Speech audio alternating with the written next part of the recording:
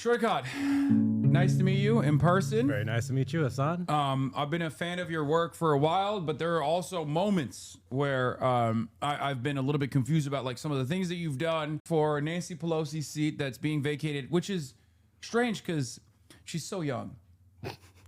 She's so young, probably one of the youngest communist voices we have in Congress, and it's really devastating for the left flank movement, the socialist movement in this country to lose such a reliable and valuable spokesperson for our cause, and yet you are selfishly running to fill the role of Nancy Pelosi, the shoes, fill in Nancy Pelosi's shoes. I've heard that so many times. in one of the bluest places in well, I was gonna say in one of the bluest places by the population might be very blue, but I think like the moneyed interest is not. Yeah. And speaking of moneyed interest, you are technically moneyed interest. You're very moneyed up. Yeah. So let's start there. You've called yourself a class trader. What does that mean for you? Why do you say you're a class trader? How rich are you? And will you give me $1 million? If you're doing good work, Hasan, I mean, yeah, I worked in the tech industry when I first came out to San Francisco, but I didn't grow up rich. I grew up middle class. Went to public schools in Texas, and my parents grew up frankly poor in India. I was the son of immigrants from India, right? And especially my dad. My dad was a refugee because of partition. And you're really well read on history, so you actually know what partition is probably. But for people who don't know, partition was this terrible event where the British cut up India across religious lines, and my dad's family was one of the like 15 million displaced families during that. And so he was born in what's now Bangladesh, back then it was East Pakistan, came over to Calcutta, and they ended up like squatting in this abandoned Muslim dentist's office or a house. He probably had to go the other way. And, he grew up struggling. Like he had a family of 12 in this tiny 1-bedroom apartment, often had no idea where his next meal would be coming from. And those stories really shaped a lot of my childhood. My grandfather was a teacher. He started the public school in that refugee community. And even now, like when I go back to visit Calcutta with my dad, there's people on the streets. This is this massive neighborhood with like millions of people that live there. They will call out my dad and be like, "Your dad saved my life," right? Like that was the value of that service. And so my dad came here with literally $8 in his pocket. I used to say he came here with $20 in his pocket, and he actually fact checked me on that over Thanksgiving. He was like, "No, it was 8." Okay, we're first call out. Yeah. You've been lying about how much money your father had. This is the attack ads that are coming in. Yeah, exactly, right? So I'm sorry, Dad, if you're watching Hasan for some reason. But why say some reason? Oh, I mean, I don't know. Actually, I don't know what my dad watches these days. I am the number one outlet for unks, especially unks from developing nations, from Bangladesh to all around, really. No, I believe that. So yeah, Dad might be in the chat right now. Yeah, low key, like they watch me with their hands clasped behind their backs, like they're watching Al Jazeera. They're like, "What's going on? What's Israel up to now?" Is what they're saying, and they're watching me. Anyway, long story short, I didn't grow up political. I was saying all that to say, like, I didn't grow up political. I grew up with, like, my dad's stories. And honestly, like, I didn't know. I speak Bengali, and, like, I thought the word for politician in Bengali was the same word as crook until, like, a few years ago. And so, when I graduated college, I ended up coming out to San Francisco to work in the tech industry. And part of that was to make money, to put my family on financial, stability.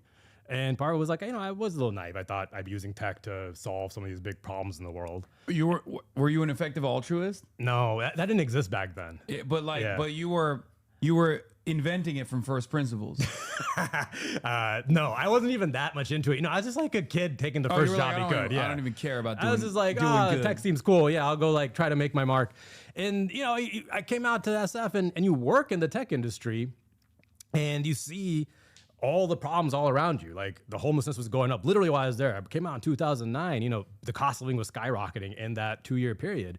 And I joined this company Stripe as a second engineer. And, because I was in the right place at the right time, I ended up making a lot of money. And that was profoundly what's radicalizing. Your net worth right now? I call myself a centimillionaire. Okay, we go band for band. You got me. Wait, centimillionaire? What's that? The 100 million? In the hundreds of millions. Yeah. In the hundreds of millions? Yeah. God damn it. Subscribe. I can't even. I just got we went band for like a second, for 1 second. I showed my first money wad and he was like, sheesh, you're done. Okay, so you have multiples. Yeah. Well, okay, to be fair, the last guy that sat in that seat was Tom Steyer. So no, I don't got Tom Steyer money. I'll say that. But what the fuck am I doing? I'm like, I'm the most prominent socialist voice in North America, and I've had a centimillionaire and a billionaire. What is happening? I've sold out. Everyone was right. I'm a sheepdog for the Democratic Party, and also, propping up wealthy people. Moving up in the world, Hasan, is how you know, right? So you're. I mean, I got a little bit. I got a little something. It's fun. It's something light. Something light. That's why you're sitting on the Dolce & Gabbana Razor collab chair. So you're a centimillionaire. My last question was, before we get into the Clash Trader equation, my last question to you was, how many millions will you give me? Well, I try to figure out who needs it for what. So what do you need it for, Hasan?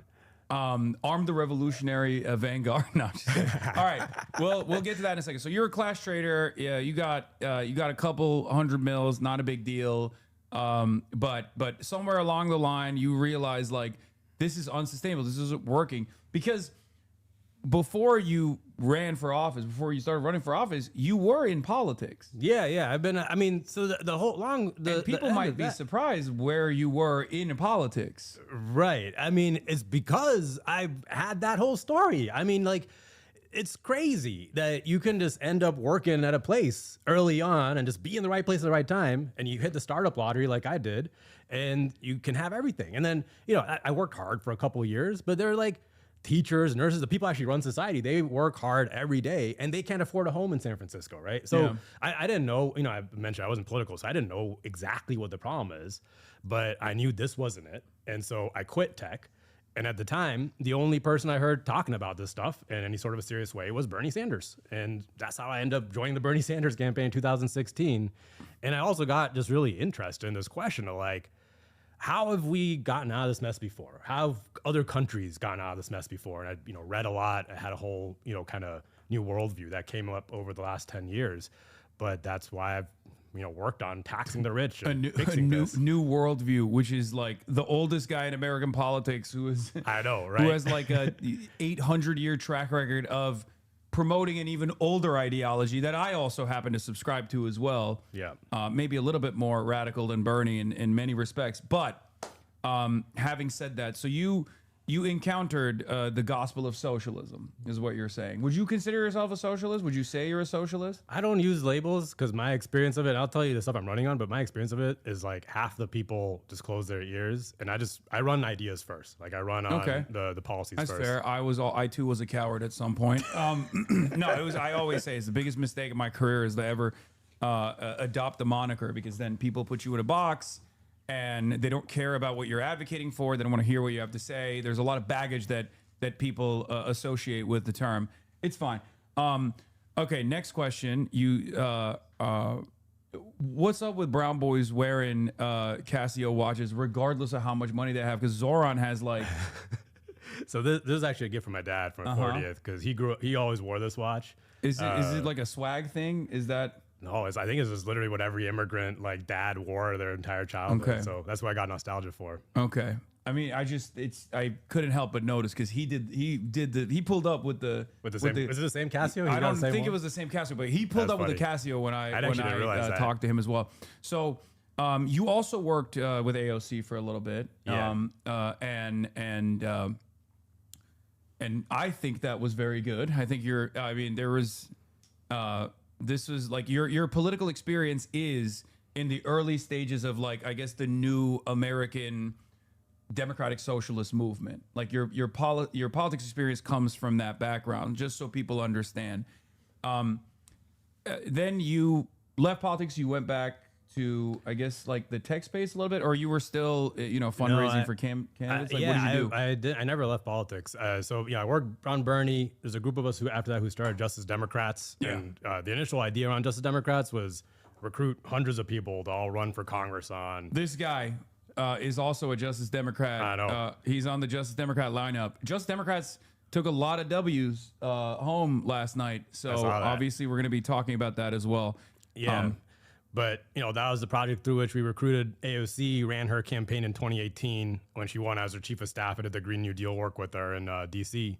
And after that, I've been running a think tank called New Consensus, where we've been doing basically like, I call it a sequel to a Green New Deal, but like a comprehensive, detailed plan for how do you actually build a new economy? How does like the nation intentionally build the economy it wants to build? So we call it the Mission for America. Part of it is like, we talk about the political strategy, we talk about the institutions we got to build, but we also talk about this whole other mode of governing you got to get into, that countries get into when they want to take this stuff seriously. So that's been the focus of my work for the last, since I left AOC's office. Yeah. I'll be honest. There have been a lot of people on background that have vouched for you. One of them is my uncle. He really likes you, just so you know. Another one was my spy that I think at some point worked with you and had nothing but nice things to say. Eric Hovagim, who he's a Hasanabi head who now lives in China, content creator. He's great. It definitely, because when I saw that you were as rich as you are, and also on top of that, there was an instance where I believe you had fundraised against a DSA-backed candidate in San Francisco. I had a little bit of, I was a little bit worried. But you seem very solid. What was the reason why you fundraised against a DSA candidate, which I believe was also endorsed by Nancy Pelosi? Yeah, it's a confusing situation locally.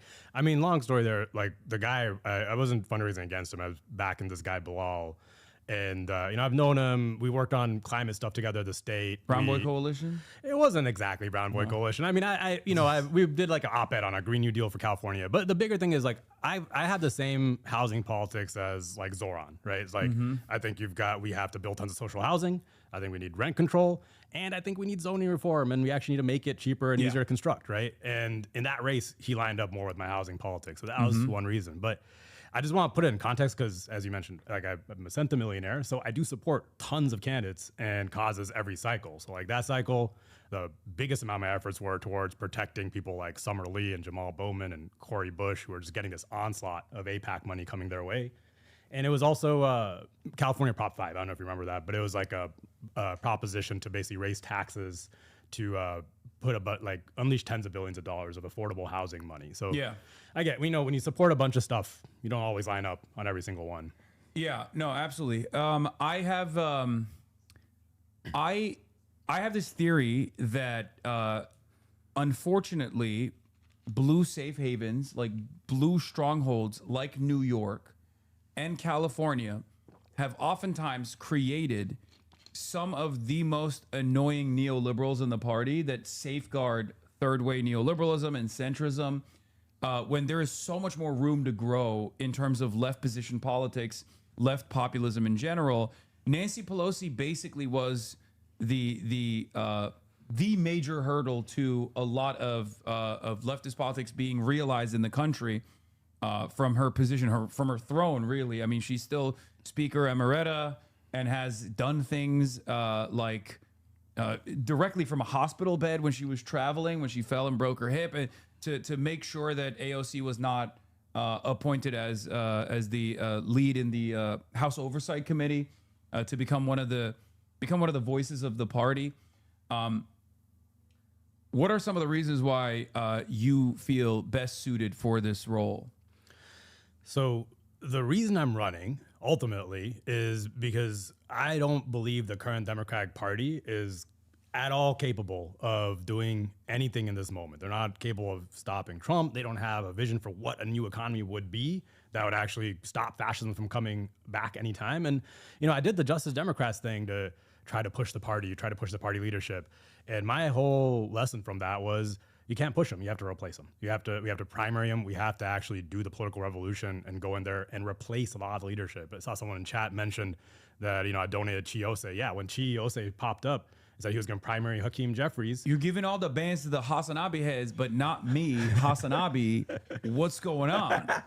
If you run for office, Hasan, I'm not. You know where to come ask it. But okay. Look, I was disappointed she didn't end up running. But yeah, I basically think we've got like a 2 to 4 year period where maybe we can completely change the party.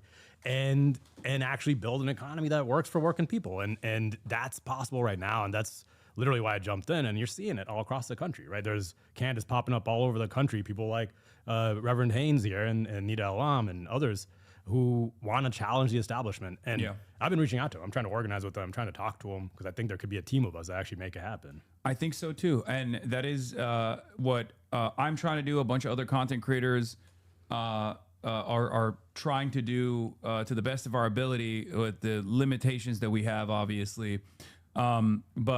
But I do think that there is an organic movement that's building, and not even because like, you know, tens of millions of Americans in the countryside or tens of millions of Americans living in like rural areas have tuned into my broadcast and become hypnotized with like the socialism beam or anything. They're just recognizing that the contradictions are worsening, and they're recognizing that like their material conditions are worsening, and the American trajectory is downward right now. Yeah. And when they see that, when they experience that, and then on top of that, they see state repression, whether it be unlimited tax dollars going to a foreign country like Israel to wage a genocide, to conduct a genocide with no accountability whatsoever, and then the domestic repression that comes along when you protest it, or whether it be all the money going to ICE to build a Gestapo force for Donald Trump that's unaccountable. When people realize that, when people start experiencing that, they get very frustrated, and they don't really have a really good outlet to communicate their desires and communicate a positive change for themselves. And I think it's important for people like yourself, people like myself, to do our very best to lead lead people in a better trajectory, in a more politically advantageous trajectory where they have some kind of autonomy, they have some kind of political power. And I just want to say, you know, like I've lived through a couple of these moments of change with like the Bernie campaign and with Justice Democrats, because I was in this moment where Trump had just won. People were pissed. People wanted to look for some vision for the future. And there was like this blip that allowed the squad to get elected, AOC to get elected. But it was still the case that when I was running those campaigns, the people showing up were like lefty activists, you know, progressives, and then a little bit of like new people. Right now, the people showing up to my campaign, the people I see stepping up to run for office, it's like everybody, you know, the mainstream Democrats are realizing that this current party is hosed, you know, and we have to completely change it and do something new. And so we have to jump on it. It's happening all over the world. I mean, it's usually right-wing movements that are coming to power, but not everywhere. You know, there's Morena in Mexico that, you know, came to power, made people's lives better, and now they're the most popular party in the world, right? Yeah. So, no, absolutely. A question I have for you is a question that I ask everyone that's running. I call it the Zoran method, but if you were to be defined by 5 policies, what would your top 5 policies be? All right. Say number 1 is we got to make the essentials affordable by just having the government provide them. So that means universal health care. Medicare for all is a great start, but that's not a healthcare system. It's a health insurance program. We got to expand beyond that to direct government provided healthcare. I think something like the Nordic country system or the NHS is really the gold standard here. It means public power, which they have in cities all around California. They pay half of what we do. Publicly owned broadband. It means building tons of social housing and getting private equity and hedge funds out of our housing market. So that'll be number 1. Number 2, end political corruption. You know, if we're asking for the government to do stuff for people, you got to be able to trust the government. So that means no congressional stock trading, no revolving door between Congress and the lobbying industry. I like a fully publicly financed election system, so no private money at all in our campaigns, and actually, you know, hold accountable all the people who are doing corrupt stuff right now. Investigate them, throw them in jail. We have to actually hold powerful people accountable if we want people to trust that this stuff works. 3, we got to end all the freaking wars. I mean, and get the power of declaring war back into the hands of Congress, slash the military budget, end U.S. interventionism all over the world. We've killed millions of people over decades of failed foreign policy. And that's been a bipartisan consensus, right? That's been Democrats and Republicans doing that. We have to completely break that because right now we've created a system where Trump is now basically dragging us into World War III. Another way to put this is like, don't have World War III. None of this will matter if we have World War III, right? Number 4 is no one else really talks about this part, but I think we need to start planning for a publicly owned economy. And what I mean by that is, I know this is not like news to you, but what I mean by that is right now, you know, we've got AI and robots that might be replacing a whole lot of work. And the way it's going right now is essentially, like, if you think about it, some of these industries, like, I mean, it's already happening, like the insurance underwriting industry, financial services. I'm a coder, right? So like coders might not exist in like a few years. These like AI companies are just going to subsume all these industries and end up owning a huge part of the economy. We're going to end up in this Mad Max dystopia where a few companies and people own everything and everyone else is in this permanent underclass. So instead, what I think we should do is try to create the Star Trek future, right? Where if something doesn't require work, we just provide that as a public option, essentially for free to the public. And then number 5, I'd say it would be to enact a mission for America to actually build a clean economy that creates prosperity for all. And I've talked about how we got the comprehensive detailed plan over at newconsensus.com. You should check it out. But we need whole new institutions for public financing that we don't have. We need a different kind of political strategy, and we have to get into this different mode of governing. We've been calling it mission mode, for lack of a better word, that basically every country goes through when they dramatically transform their economies. And if I can throw in a number 6, it would be build the train. We gotta build the train. We gotta build the train. Stop. Enough. Gotta build high-speed rail. Enough. You're just, I mean, you're doing this on purpose. I gotta grab a drink. Hold on. God damn. Build the train. Build the train. Okay. Listen, everyone is already going crazy in the chat. That was really good. All 5 of those policies I'm on board with. You also mentioned social housing, which I feel like, and I try to bring this up with like electeds all the time. I feel like it's not necessarily at the forefront of people's minds for some reason, especially when they're campaigning. I think I know what the reason is, obviously. But how much of an emphasis do you have on trying to build policy initiatives, build policy papers? Because like you already have some structure of a think tank as well, so that like gives you a lot more opportunity, a lot more room to be an advocate for legislation, as opposed to a lot of congresspersons that just come in and even if they're like DSA backed or DSA endorsed or literally a part of the DSA unfortunately has limitations with respect to like policy papers that they can write and then like put in front of congressional representatives. And I think that goes a long way in terms of manipulating a lot of legislators because they don't want to fucking do the job. And to be fair, I also kind of understand because there's a lot going on. There's a lot of problems. Are there any initiatives specifically in terms of building social housing in this country? And what do you think some of the primary setbacks that will come up when focusing on building social housing? Yeah. So at the think tank I run, New Consensus, we do have really detailed policy papers. I'd say the one of the most detailed proposals we have is for bringing back something called the Reconstruction Finance Corporation. This is a state-owned corporation that existed during the New Deal and the World War II era. It was basically our engine of growth and development during that whole period. And it's kind of like a public bank. I think people know about public banks. Like it definitely, can do low interest loans and do all that kind of stuff.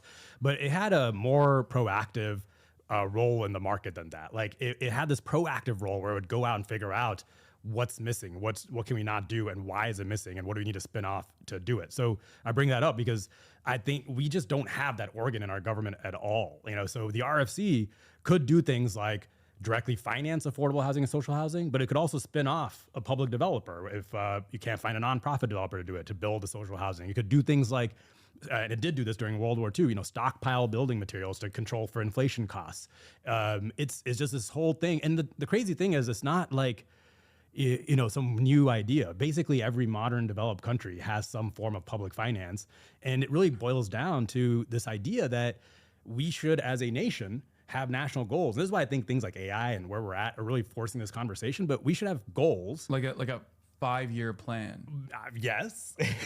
Maybe. Should. I agree with that.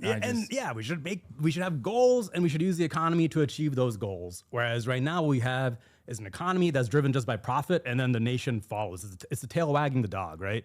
But yeah, I mean, it is like the whole idea around mission mode that I was talking about is you make plans, not just passing. You don't just pass policies and take your hands off the steering wheel. That's how we did in World War II. It's how Europe rebuilt after the war. It's how all the Asian countries got rich. And you also have to have institutions that finance and coordinate those plans. That's what the RFC was for us. And we had a bunch of state banks back in the day too. But long story short, I think it's not just, because a lot of people talk about the Faircloth Amendment. We have something called the Faircloth Amendment that prevents building new public housing in the country, and we absolutely need to repeal that. But it's not enough to do that. We actually have to create agency as a nation to be able to then go do it. Yeah, that sounds great to me. What do you think about a federal jobs guarantee? Yeah, I think we got to do it, especially in the age of AI. You know, we talked a lot about it in 2018 when I was in there with AOC. We're trying to popularize the idea. My only thing is I think a federal jobs guarantee has to be combined with an actual program of the jobs you're building, right? So that's why I want to talk about like the Mission for America. I mean, I'd love to see a federal jobs guarantee as like the way we start retraining the workforce into some guaranteed job at the end, right? Mm-hmm. Okay. I mean, the way I see it is we always have some pre-existing structures that we can point to as far as like competent institutions. One of those institutions is ironically the military. Yep. Except, you know, as time has gone on, the enshittification has also taken place in the military, like privatization, and the major defense contractor bloat that exists, the expansive, the unimaginably expansive budgets for the military. That's like this unaccountable force that can't pass a budget ever. What's your solution? Because you talked about like ending all of the wars, but what's your solution to that? Can the military be restructured to work in favor of the citizens, whether it be citizens overseas, but certainly citizens here in the United States, because it's a massive jobs program in the hands of the federal government. And it's a very skilled workforce. So yeah, I absolutely do. We have some plans for doing this in the Mission for America, but we should repurpose a lot, like the Army Corps of Engineers, to be building infrastructure in the country, right? I mean, we did some of this during COVID, right? Where like we built these military hospitals. I mean, they didn't get used, but they got put up really fast. But also the way we did the manufacturing miracle for actually mass manufacturing the vaccine was like, there was this general, I forgot his name, but he got put in charge of the whole supply chain. And he was literally like flying around the country, figuring out what the bottlenecks are and getting people to work together and then just solving this problem. And that kind of massive logistical support is something the military is good at. It's literally the same thing we did during World War II, where like, you know, yeah, we had the war, but we had to build this whole new economy at home to, create the arsenal of democracy.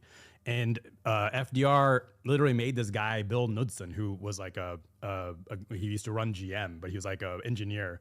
He made him a 4-star general, gave him a plane, and he would fly around, you know, trying to get all these factories to get on board, building what we needed to build, sharing the IP, doing everything we possibly can.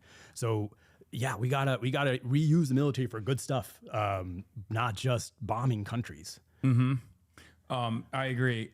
Speaking of the military and endless militarism, what's your take on what's going on right now? As it seems, Israel, after waging a very bloody genocide and taking over even more territory in both Lebanon and Syria, has decided to goad the American government or bring around the American government to its final ambition of completely destroying the Iranian state. What's your attitude about that, and what's your attitude on Israel's genocide of the Palestinians as well? Because I think people will want to hear that as well, because I see it as a litmus test for the most part. Yeah, I mean, I've made it I'll talk about the Israel genocide in Gaza first. I've been pretty vocal about this from the start of my campaign. Israel is committing genocide in Gaza. We should not be providing any funds to Israel because they're going to use that to commit genocide in Gaza. It's against our own laws. It's against international laws. And of course, it's just morally horrific. So you're also committed to know that you don't make a distinction between offensive and defensive Correct. weapons. Yeah. I mean, I don't think Israel makes a distinction between offensive and defensive. No, it doesn't. funds. It's fungible. And also any dollar that goes into Israel means it's a dollar that they can use in building their offensive capabilities. It's ridiculous. Unless, you know. I mean, if there were any other country, this wouldn't even be a discussion. Yeah, right? If there's any other country committing genocide, no one is being like, why don't we arm the Russian civilian population with exactly. anti-aircraft munitions? Right. And like the thing is, there's also a real meaning to the word genocide. Like if you look at, when the word genocide got defined by the ICJ, we actually have a obligation to try to stop it, right? So it's not just that we should stop funding the genocide. We should be using whatever pressure we have, just like we did in South Africa, to stop the genocide, right? That's incumbent on us. But yeah, what's going on with Iran? This is where you're supposed to say you're not suicidal. You have no fear. You don't own a weapon. You don't own a gun. This is probably the biggest stream I've been on, so I should say that. Yeah, yes. I'm not suicidal. I have a great life. Yeah, same with me. Anyway, let's continue. Yeah, but I mean, with Iran, this is deja vu all over. I mean, I grew up. I wasn't political, but like the first political event I really experienced was the failed war in Iraq. I had no idea why we were going to war in Iraq, and it's ridiculous to me to see the same BS every time where, our politicians think, oh yeah, we're just going to go in there and decapitate this leadership and then democracy will rise, right? It never happens. That never happens. Like that happened in Iraq, happened in Libya, happened in Syria, and the same BS is happening in Iran. Like Trump and Hexat, they're out there thinking we're going to be out in a couple of weeks. Of course not. The war is expanding well beyond the borders of where they thought it would be. We are about to engulf the entire country or the entire world into this. I mean, there was a boat that just got torpedoed off the coast of Sri Lanka. Yeah, my wife is from Sri Lanka. Like her family lives there. And now is Sri Lanka going to get dragged into this freaking war? So it's awful. And the other thing I want to say is like, yeah, we're doing it at the behest of Israel. So this is going to be incredibly unpopular. And everybody in Congress, all the elected politicians know this is going to be incredibly unpopular. And so what you saw over the last couple of weeks was Ro Khanna and Tom Massey had the War Powers Resolution, try to stop this war from happening before it started. And you saw the War Hawk Caucus in the Democratic Party, aided and abetted by Chuck Schumer and Hakeem Jeffries, drag their feet on it just long enough to let Trump start this war. Because what they want to have happen is we get too enmeshed in there. The U.S. gets too enmeshed to where we can't get out, right? And that's what we're seeing right now with it. Like anyway. And it's also something that they fantasize about for many, many years themselves personally. And now Trump gets to do it and they don't even have to withstand the negative consequences in terms of like the political backlash that the Trump administration is already receiving. It's interesting because they haven't even really made a convincing argument beyond saying, oh, it was Israel that goaded us into this and urged us to do this, but then turning around and saying, no, actually, I wanted to do it, but actually, no, it was Israel. Meanwhile, they're obviously activating ground units to the best of their ability to try to foment some kind of like ethnic tension in the country. And it's very clearly like a Mossad operation as well. They're not even hiding it. And the crazy thing is, there's like part of this is all the Israel money that controls our Congress, and part of it is like an actual death pact, suicidal maniac philosophy that a lot of Congress people have around this being Armageddon and the second coming of Jesus. Like they actually believe that in Congress, right? Yeah. There's also the obvious like imperialism aspect of it as well, because like previous wars we've waged, like sure. Israel's been there as a consultant. Israel's played an important role in our regional design. Having said that, to act as though this is entirely in the hands of Israel is also silly. Just so people understand, this is something that our politicians are looking forward to because this is something that our military-industrial complex is going to benefit from. Every single radar installation that Iranian Shahed drones have blown up is economic activity happening in the countryside, or at least that's the way they approach the subject. That means like, oh, all the batteries that are depleted in the interest of defending Israel, even after Israel started this illegal war, that's munitions that need to get stockpiled again. That means we're going to get another $10 billion from the federal government. And this is why when you look at, we'd passed $900 billion defense budget at the end of last year, and we'd pass it right before we went in and kidnapped Maduro in Venezuela. Trump had been saber rattling about that for months, so it wasn't a surprise that he did that. And he had 115 Democrats vote for that defense budget. And if you look at who their funders are, It's the defense contractors, right? Yeah. I mean, and this is, I just really want to emphasize like how unpopular this is. It's like 16% of Republicans want a bigger defense budget, like, and only 3% of Democrats. And all these politicians know that. So like this delaying of the war powers resolution is just about, they don't want to be on the record because they saw what happened to everybody who voted for the Iraq war. And like, we can't, to do any of the stuff I'm talking about, to do any of the 5 things I mentioned, to change this, we have to completely wipe out like half of the establishment in DC, because there's no other way around it. We have to break that. There's no way to convince these people. Yeah, absolutely. I think there's a real, I mean, it's more of like a holistic problem, but I think there's a real understanding amongst many Americans and many people in the Western world that like the democratic process that was sold to them as this concept of theoretical democracy is not actually working. There has never been a greater point of disagreement amongst the masses and their elected representatives than at this very moment. And I think in order to claw that power back, people are going to have to run and be open and be honest in the same way that you are right now. Let's see. Let's ask you some other questions. You've argued that voters chose Trump in 2024 because they wanted economic change. What specific day one structural changes will you fight for? Because I already asked you the top 5 policies, but I want to know more in detail about like what kind of legislation you'd push for day one. Yeah, I mean, day one in 2026 is still going to be a Trump presidency, right? So there's a set of things where I think we actually can get wins, and then there's going to be a set of things where I think we have to really set up the fight and the entire grounds for in which the 2028 election happens. So the place where I think wins can happen is going to be a lot of anti-corruption measures and actually foreign policy, because I think those are areas where there's a massive amount of bipartisan consensus, at least amongst people. And there's some bipartisan consensus in Congress, actually. Like when I did I tried to work on the stuff to get the U.S. out of Yemen back when there was a massive famine going on there. And we worked with like Matt Gaetz's office on that, right? So there is some of that in Congress. And the thing is, though, when you go to Congress, leadership doesn't want you to have a vote on these issues because they're covering for their members.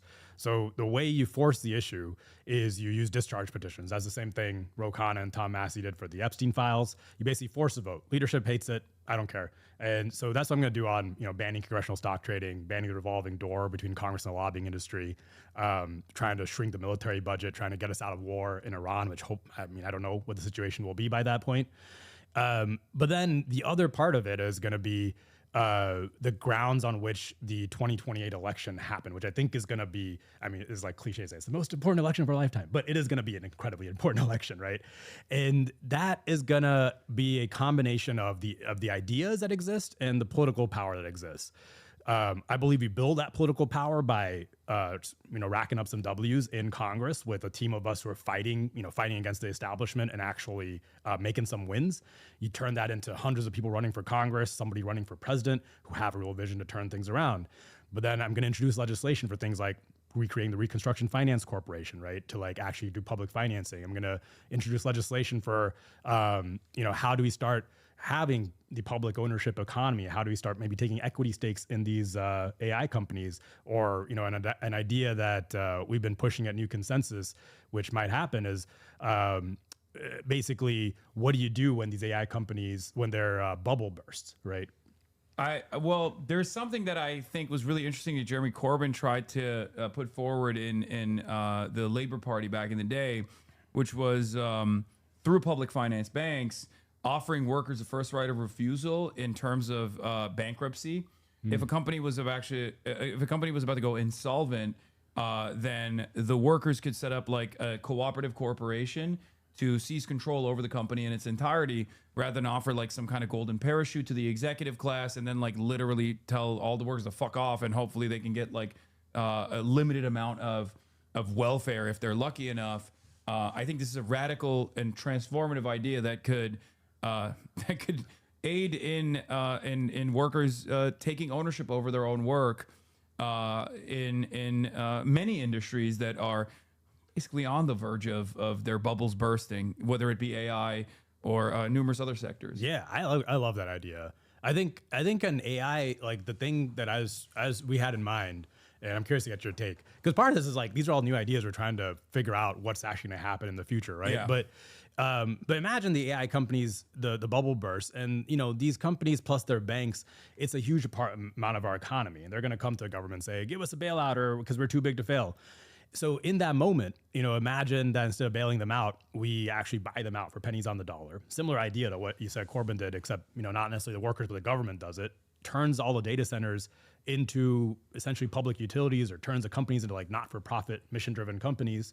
And we open source the models, and we use the compute power as our version of electricity. Like I think what electricity was to the 20th century, compute power might be for the 21st century, right? And then these essentially become utilities that we then use towards the good stuff. Yeah, we'd use it to cure cancer rather than making more slop feeds. How do you feel about the nationalization of our extraction industry? Because you brought up the Nordic model quite a bit, and one of the biggest benefits is obviously like sovereign wealth funds that are directly funded by the entirety of the extraction industries in Norway, whether that be oil, whether that be the forests, or virtually all of the natural wealth that natural resources the country has, in some way, shape, or form, is controlled in the hands of the government, and then the surplus labor value that they extract, they put back into the sovereign wealth funds. Is there any interest in doing something like that? Yeah. So in the Mission for America, we have, it's like I think we're at 22 chapters now of like detailed plans for what to do about every sector of the economy. And one of the plans is for how do you nationalize the fossil fuel industry? How do you not call yourself a socialist? You already wrote Das Kapital, it seems. I'm just saying, like, these ideas, especially because in some cases I'm going a little bit more radical than, say, like some of the lefty groups are. Like I always get asked, like, are you for stopping all fossil fuel extraction? I say, no, I'm for nationalizing it, right? And also, I mean, nationalizing it is the first step, but that doesn't mean you like improve or increase production or increase the productive capabilities. Nationalizing is an incredibly important first step to move into a radically transformative vision of what we must do with energy to begin with. Exactly. Like, and there's this other component to it, which is a lot of these industries, just like the military, have really highly trained workforces, right? So you don't want to just actually have them go totally bankrupt and have all those workers lose their jobs. They could be using those, the people working on offshore oil company, rigs should be working on offshore wind farms. The people who've been, fracking for natural gas could be working on plugging a lot of these methane leaks all over the country, right? Yeah. And so if you nationalize it, you can start directing it in a sane way towards what you want to do, and you can start winding it down in a controlled way, right? Yeah, people always say retraining doesn't work, and I'm like, okay, well, people in Western Pennsylvania don't have like a genetic predisposition to working and fracking.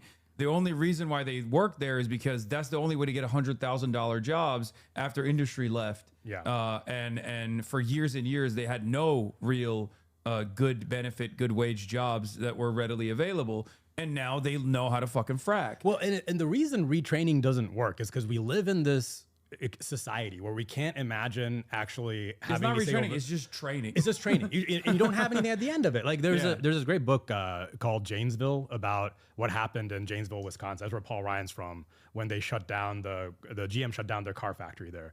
And Obama, this is during Obama's era, they did all these retraining programs to retrain all the car workers for into like electricians and all this other stuff. And at the end of 4 years, it turned out that the people who had done the retraining programs actually were worse off financially than their colleagues who just like went and got a minimum wage job at Walmart. And that was because there's no job at the end of it. You have to, retraining works in the context of an actual plan of what you're going to do. Yes. Training to actually fulfill an important part of whatever like labor necessity exists is how you're supposed to do it, is how many other countries would do it. America, we don't do that. That's why for the longest time there was learn to code, right? And it became the rallying cry at first as like this affirmative vision, and then it turned into a very negative thing to be associated with. And we're also literally reeling from the impact of learn the code. At the time, I thought it was awfully suspicious that there was a lot of programs such as this one. And I thought like, oh, these are some good jobs that are readily available. But I think they're trying to, and by they, I mean you too, kind of. I mean, Loki, you probably took advantage of this situation as well as someone who worked in these in the tech sphere.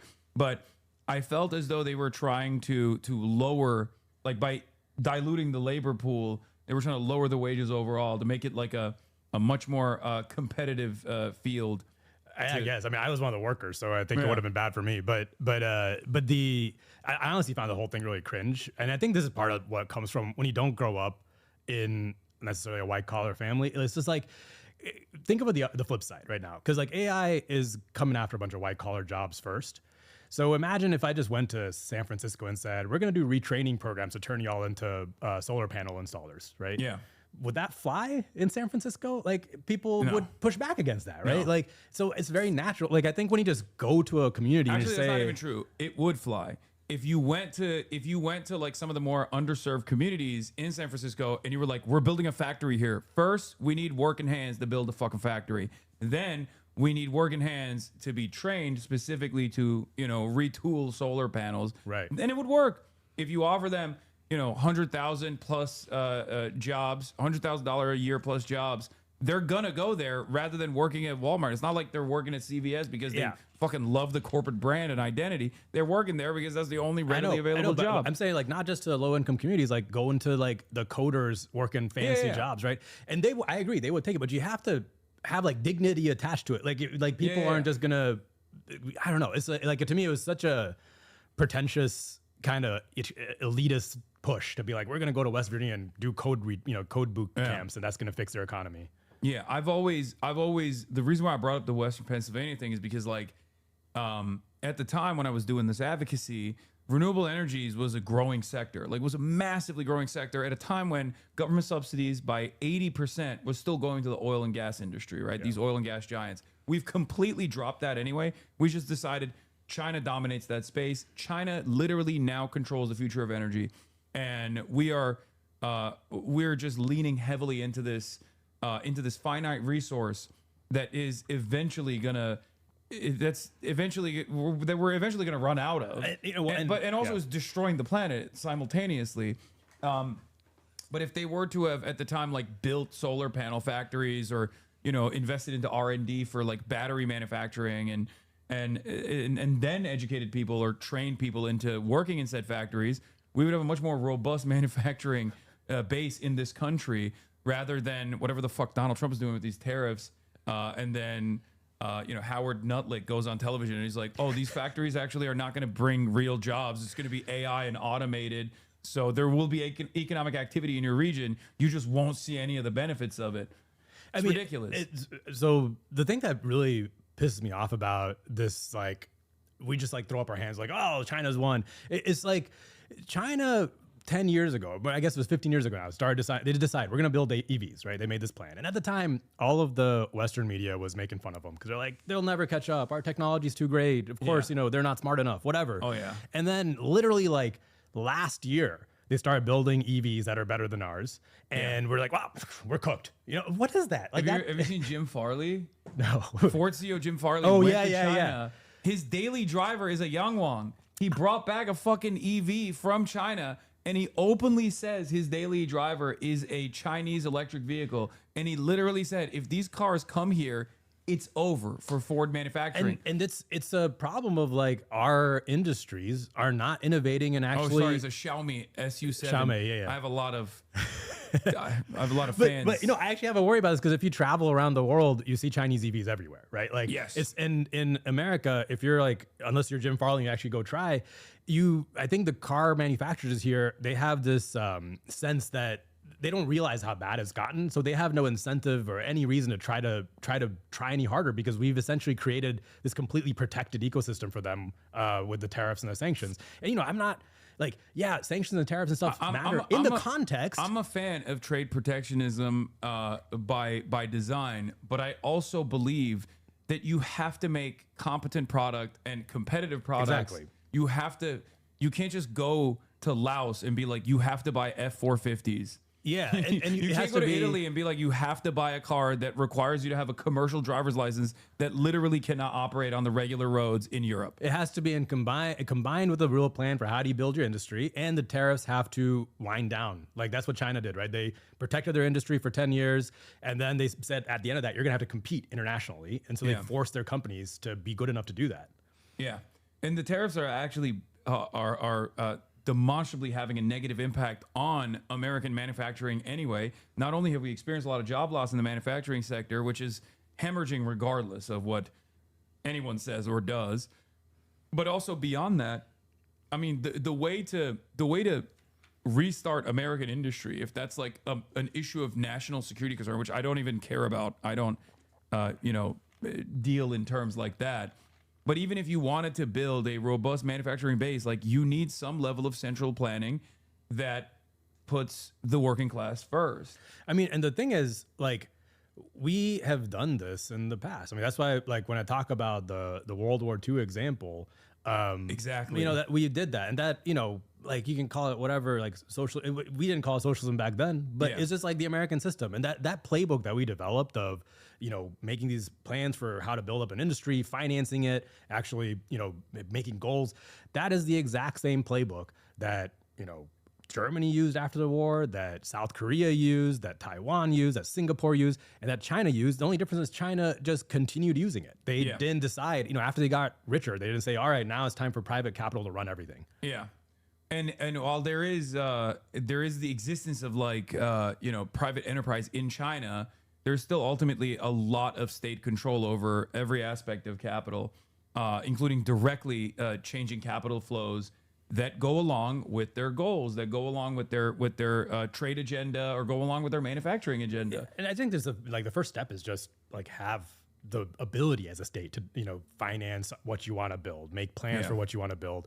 And that's why, you know, for me, like building the train is not, it wouldn't just make my life easier to come, you know, back and forth between LA, because I'm going to be on your stream all the time, Hasan. But it's more that, to me, it's like this test of, can we do anything as a country? You know, like if we can't build high speed rail, we are hosed. And if you remember, you know, when China built their first mile of high speed rail, it was from Shanghai.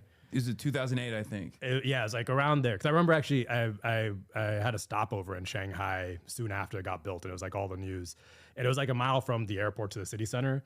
And at the time, it was the most expensive per mile project in the world of rail, you know, and all the, you know, as usual, all the Western media, all everyone the Western was making media fun was like of it. laughing at, like and the ghost cities. Yeah, and their response was, well, we'll just keep going, right? And then over the next 10 years, now they build rail faster and cheaper than anybody, and they own the whole industry. Why don't you want to spend all of that money instead on something productive, like dominating the periphery nations militarily, so that we can extract super profits for, you know, for a handful of people that are all mentioned in the Epstein files? Yeah. Well, I guess we tried that route and it's gone here. Do you ever feel like real late stage capitalism hasn't been tried? We're in the middle of it, right? Okay. We're in the middle of it. So it hasn't been tried. There's more room for growth. There is more room. I don't know how long the late stage capitalism keeps going. And why do you hate wealthy people? I don't hate wealthy people. I think it would make me either. I honestly doesn't, you know, sometimes you ask me like, why do you become a class trader? It just makes no sense to me why you wouldn't. Like, if you look at the future of this country, like, why wouldn't you use whatever power and privilege you have to try to fix the system instead of just trying to, because it's not going to end up well for anybody if we end up in this dystopia. The way that a lot of people approach the subject with someone like myself, because like they have horse blinders on and they think I have the same level of wealth that you do, or Tom Steyer does, or Jeff Bezos does. Which I totally understand, because after you get above a certain amount of wealth, it's all the same. It does. But like, I think there's a big difference between my level of wealth and both of you guys. I mean, there's a big difference between you and Tom Steyer. I mean, that's the thing that's really absurd about this, right? Is like, I'm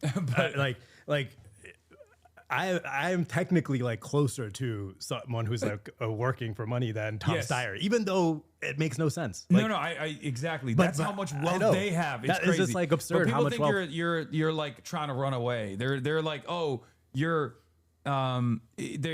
people have grown to be cynical about this sort of stuff because they just like have only seen unlimited greed, endless greed from people who are wealthy. Yeah. And what they fail to comprehend, or at least like what the way I approach it is like, I've been outside of America. Like, I know that a better vision, or at least like countries that have at times moved in a better direction than the United States of America exist out there. So when you see that, you're like, Yeah, I would love to live in a country where there's like higher trust, and live in a country where there's like robust public transit, live in a country that's more cohesive and even has like somewhat of a national identity as a consequence of like being around diversity of thought, diversity of background, but also diversity of income too, because that's how you advance society. That's how you have an advanced society. And Americans, I think, by and large, don't comprehend that. Where they're like, "Oh, if you're rich, like you're supposed to hoard all your wealth."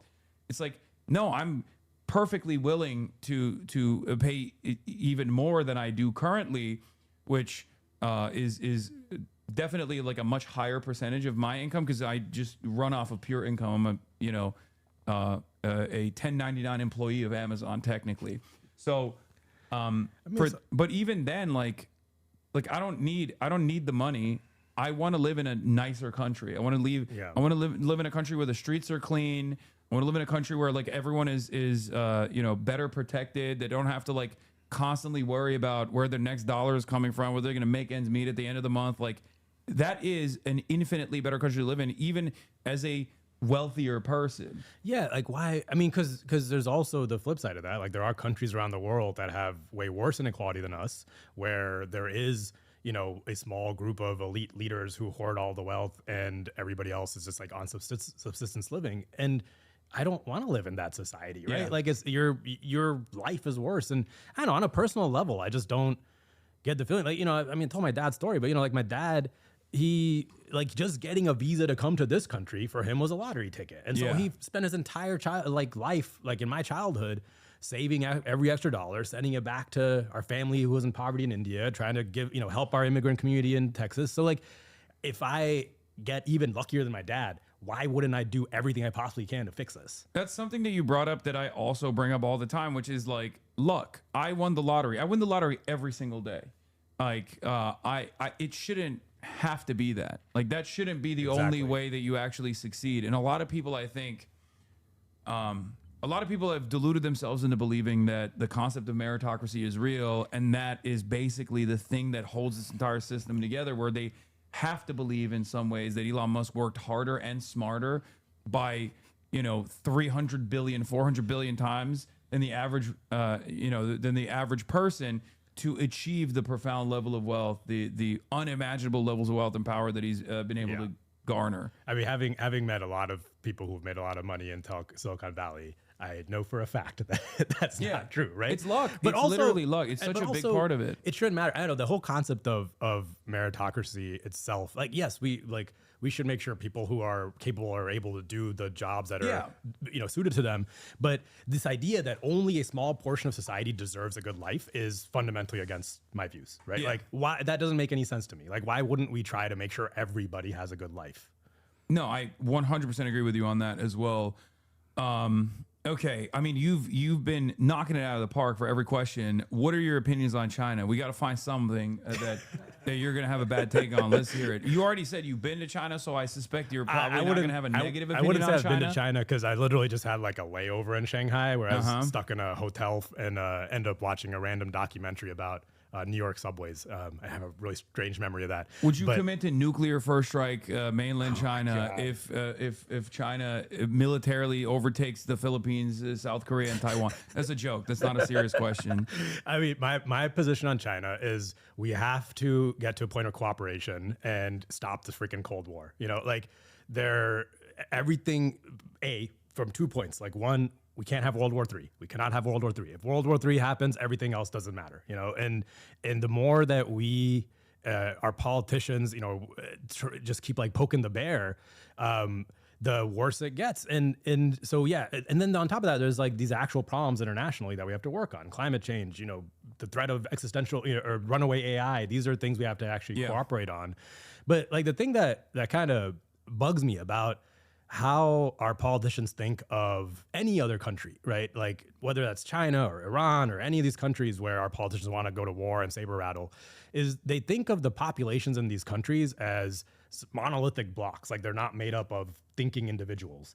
And the question I always pose to people is like, what do you think we would do if like China came in and started doing using the same rhetoric that our politicians do with China, right? What do you think we would do if I use the alien force comparison because like even the gap, like the imperialism gap between us and China is so vast that like in order for a country to have been able to like dominate us as we have the entire planet, it would literally truly have to be a far technologically advanced alien force that came outside of this planet. But I think even in the context of like our current society and the current global arrangement, just to take like one example, because sometimes I think the pushback that I'll get is from people saying like, well, we stand for human rights and we want to call out human rights violations. And I get that. No, I don't laugh at that. Like, I do think we stand for human rights, but I just say like, think about. I think we stand for human rights.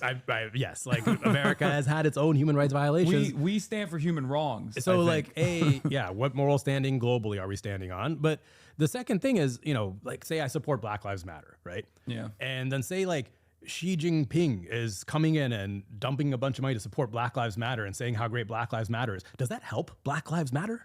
Of course not, right? Like that doesn't actually help the movements inside the countries. I wish he would give me money to help Black Lives Matter. But what I'm saying is like we don't. Dear Leader Xi, I'm right here. Like whenever he won't give me money, so maybe you will. Okay. I asked him first. I didn't say no. I just said you got to run for office, and I will. But all I'm saying is like when like America or when our politicians go and do the saber rattling, they don't realize that there are factions in other countries that then gain power, that then pressure the leadership into more hawkish positions and makes the whole thing a tinder block. They are not tinder block, but tinderbox. Tinderbox. There we go. And we're literally like dropping bombs on this tinderbox. Yeah. No, I mean I think. This was an argument that was presented back in the day. I've talked about it before as well. Like, but during the time of the civil rights struggle, the USSR was actually, consistently cutting propaganda, talking about how, American minorities were getting fucked over. It was true.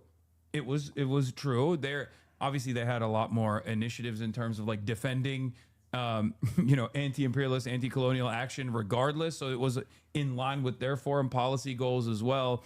But like, even as a matter of, I guess, quote unquote, national security, these are issues that America has to solve if they don't want, existential threats to the nation being born from within. And unfortunately, the only direction that we've headed towards, in the absence of any sort of material improvement being the forefront of any campaigning on either party, has been to consistently advance this like white nativist agenda, anti-immigrant agenda, and try to divide the working class along these sectarian and ideological boundaries. And that's the only thing that works when you have a shrinking pie. It's Yeah. not the only thing that works, but it's the mindset that is easiest to pitch. And that's why I say like, if we can't use democracy, if you can't prove that democracy is going to work to improve the material lives of people, then fascism will win, because that's an easier ideology. And I think it's no coincidence that, in the periods in America's history where we have had more inclusivity, it wasn't a utopia, but during the 60s and 70s, there were these movements like the civil rights movement, the women's rights movements, the gay rights movements. We were way more welcoming to immigrants. That's how my parents got here. That was in the context of us having had decades of wages going up. We had just put a man on the moon. We had built the interstate highway system. We were so optimistic. So you have to do both of those things at the same time. You have to be able to pitch how we need immigrants in this country to help us build this, and actually pitch a different vision of the future. That's not what I think Democrats do most of the time. Democrats adopt the right-wing frame and then try to like triangulate on like, if I just took the Republican position on this thing and then a different position on this, and maybe I'll win. No, you need a different vision that's a complete change of the status quo. And you have to be unafraid to be bold and unafraid to lead on that. I think if there's one example that I always go back to, in spite of like the horrifying realities on the ground in Gaza, the gains made in terms of broad awareness initiatives that was able to destroy multiple billions of dollars being spent for a very sophisticated propaganda campaign that made Americans over such a short period of time change their attitude entirely on the issue of Israel. If that can happen, then anything can happen. You know what I mean? Yeah. As long as you're bold, as long as you lean on the side of truth and justice, and you consistently engage in this advocacy, eventually people will actually pay attention. Eventually people will be convinced. And I just want to say, that's happening. It keeps happening on every issue. Like, we're in a politically chaotic moment right now, right? And that's the same reason, that's how Donald Trump suddenly comes to power. He changes the entire Republican Party. But we can do that too. We can do that for a better cause. And it won't happen if you're always waiting for the polls to tell you which way to go, because that just takes too long. You have to be able to jump on these moments and lead. Last question. Sorry, go ahead. Would you fund an oil tanker that I will command to break through the unjustifiable American blockade and finally deliver energy, much needed energy, to the island of Cuba? We got to stop the embargo of the island of Cuba. I have to look into the logistics of getting an oil tanker. Okay, I don't think I have oil tanker money. I don't think we can get OFAC clearance, but like maybe for like a cool 20 mil, we can make it happen. Okay, I don't know. I mean, this is beyond my pay grade. No, chat. I'm just saying because I'm going to Cuba in the end of this month. Yeah. With Progressive International. I don't know if you're familiar with them at all. Yeah, with Giannis Varoufakis. Giannis and David Adler. He's great. Yeah. We have a bunch of medical supplies that we're going to be bringing with us, but it's more so just like a broad awareness initiative because once again, the real the issue the major setback for the governance of Cuba and the sovereignty of Cuba as it stands currently is to cut through the noise of like the anti-Cuban government lobby that is like very powerful in this country. Yeah. Nowhere near as powerful as the Israeli lobby is, but certainly powerful enough to make people either oblivious to what's going on or oblivious to the harm that we've done to this island.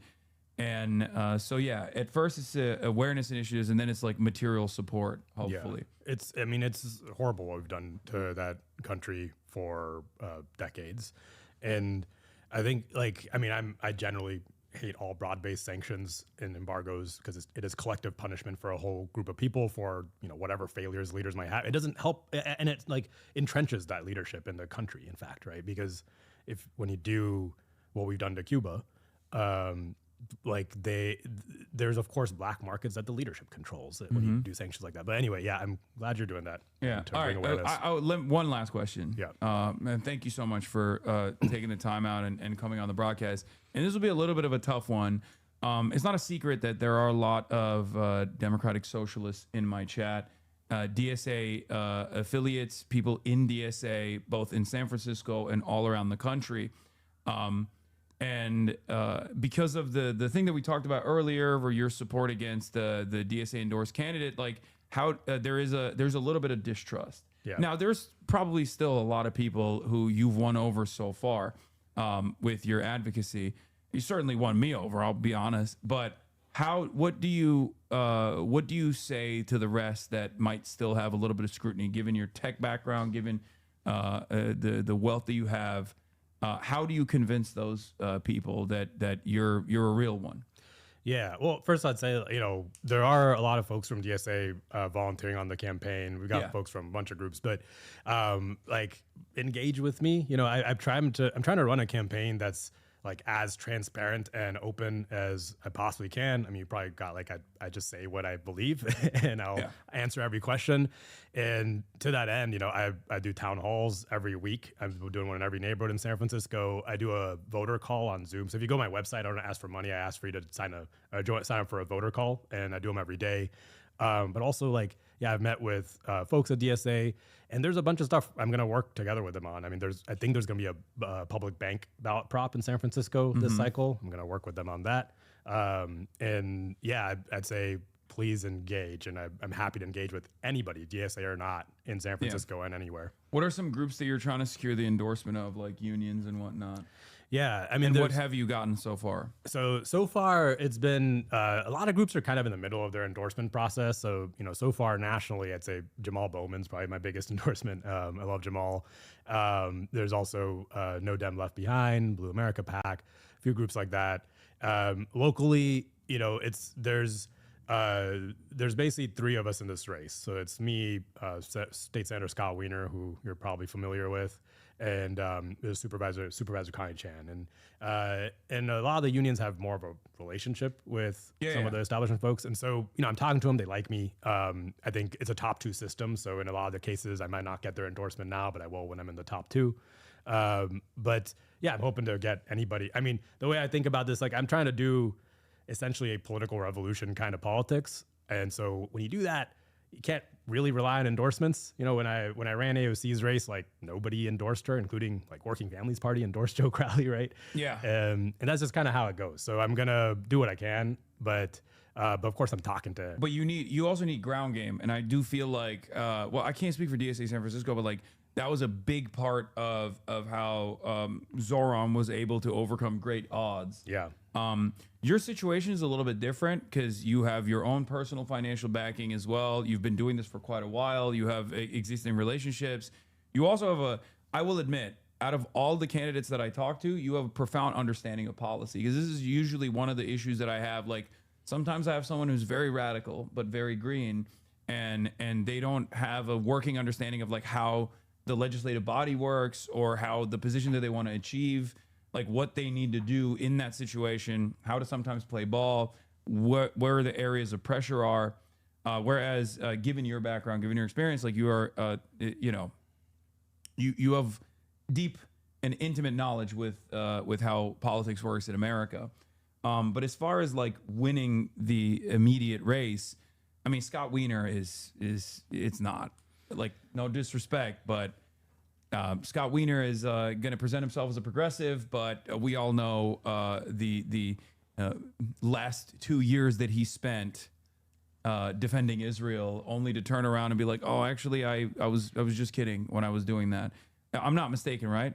That was Scott Wiener. We did initially it was worse. Like we had a debate where there was a lightning round question. They asked us, do you think what Israel's doing is right? He just didn't answer. And then 2 days later, he's like, everybody gets caught up on those paddles. That paddle system is so good for people like yourself. Like for real left flank candidates, the paddle system is like, boom, yes, every time. And then if you're like somewhat inconsistent, if you're like a neoliberal, or if you have like any sort of hang up on something that's like a very black and white issue, you get fucking cooked every time. And what I said, because he tried to be like, well, it's a complicated, it's like, no, when you're in Congress, you vote yes or no. Like Rashida Tlaib has a resolution that says, is Israel committing genocide in Gaza? What's your vote on that, right? Yeah. You don't get to explain it. But yeah, on the ground game side, we actually have the strongest ground game of any campaign in the district, because I've been campaigning since February of last year. But I mean, but it's never enough, man. It's never enough. Of course it's never enough. Especially considering your somewhat radical, even though very sane policy positions, and your consistent advocacy against Israel's genocide.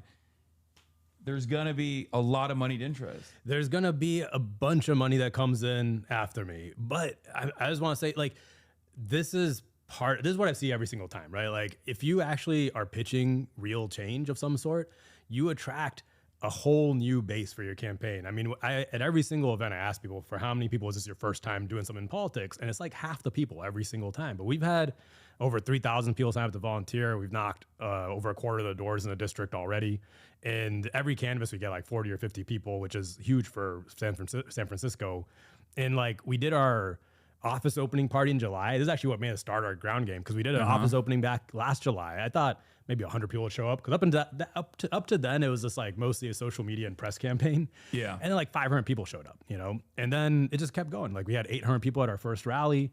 So we've got momentum, but it's not momentum from the existing like established organizations necessarily. It's a bunch of new people showing up. Same with Zoran. I mean, I went out to canvas for Zoran actually. At the same time, I went out to go meet Chiase and try to get him to primary Jeffries. But at Zoran's canvas, I asked everyone there, like, how'd you end up here? Like, are you part of DSA? And there's some DSA people there, but most of the people were just new, No. The reason why I brought that up is because like it's very good to kickstart that process, because like I don't know at what point you were doing the canvassing, but like in the beginning when I went and linked up with him, like it was all DSA. Yeah, it was all DSA, and it was all because like even the fact that I went and talked to him or Chapo and all these other leftist podcasts were invested in Zoran early on is because he had a lot of good people around him that were vouching for him. Because, like, I'll be honest, like, I watched his fucking Gravel video about social housing in Red Vienna many, many years ago, but I didn't remember him from that at all, right? Like, but that was what it was. It was like a lot of very good people that I trust, that I believe in, that were vouching. Yeah, and I and honestly, some of them have vouched for you as well. because so. it was the same. A lot of them worked on the AOC race in 2018. So Yeah. I don't know. It's really. I mean, DSA New York has built a real machine. Yeah. You know, which is awesome. It's fucking dope. I went and I saw the slate Yeah. in New York, and I was like promoting the slate that they have. It's excellent. We got to build that operation virtually in every state, especially red states. I think there's a real opportunity, given the weakness of the Democratic Party machine in red states, that you could actually take advantage of their lack of interest. I mean, even with someone like Tallarico, who just kind of came out of nowhere, really. I mean, he was not like a known brand at all, and he was able to carve out a space for himself with a fairly uniting message. I think he still needs work on the on you know, some aspects of his policy. I think he's like a little bit more restrained for some reason when it comes to leaning into socialized medicine, and I think he has room to grow on the issue of Israel. He can speak very convincingly and very empathetic. In a very empathetic way about these issues, but like I think he needs to go way beyond that. Yeah, I mean, when we started Justice Democrats, the project initially was called Brand New Congress, and we were actually trying to recruit people everywhere, like in Republican primaries and Democratic primaries. This is before, you know, Trump got elected, and I'm very, you know, I mentioned I was trying to reach out and talking to a bunch of people, and like have a relationship with Graham Plattner. I've been supporting Dan Osborne for a while, because he's trying to do that in Nebraska. And I want to give a shout out to Corbin Trent, who's out in Tennessee. He's got an amazing blog called America's Undoing. We work together on AOC, and he's trying to do that in Tennessee, right? Like, because the thing Democrats don't realize is in a lot of these red states, people, especially the ones that are economically doing very badly, you kind of need to have a more radical message, right? Like, you need to have, like, the reason they're voting for Trump is because Trump just stands for change. Like, he embodies, like, rip off the Band-Aid and change, right? And so you have to have that level of energy for something positive, for like what you actually want to do that'll improve people's lives. Yeah. All right. Well, Saikat, thank you so much for coming on. This was incredible. Really good to meet you, we will Hasan. continue doing this. I mean, I'll be up in San Francisco, around that area, doing a bunch of colleges. If you want to put together something, yeah, I would love to do that. We'll definitely do that, and we'll link up and do something there. All right. But thank you for coming on. All right, thank you. Thanks for having me. All right. Hold on. Yeah, let's do it.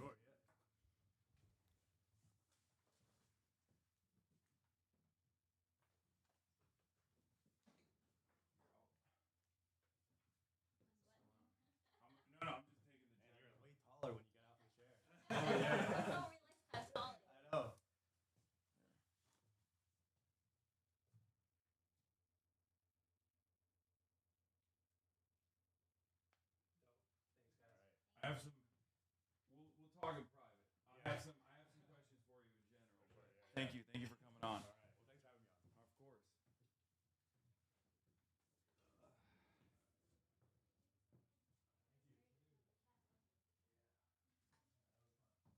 Of course.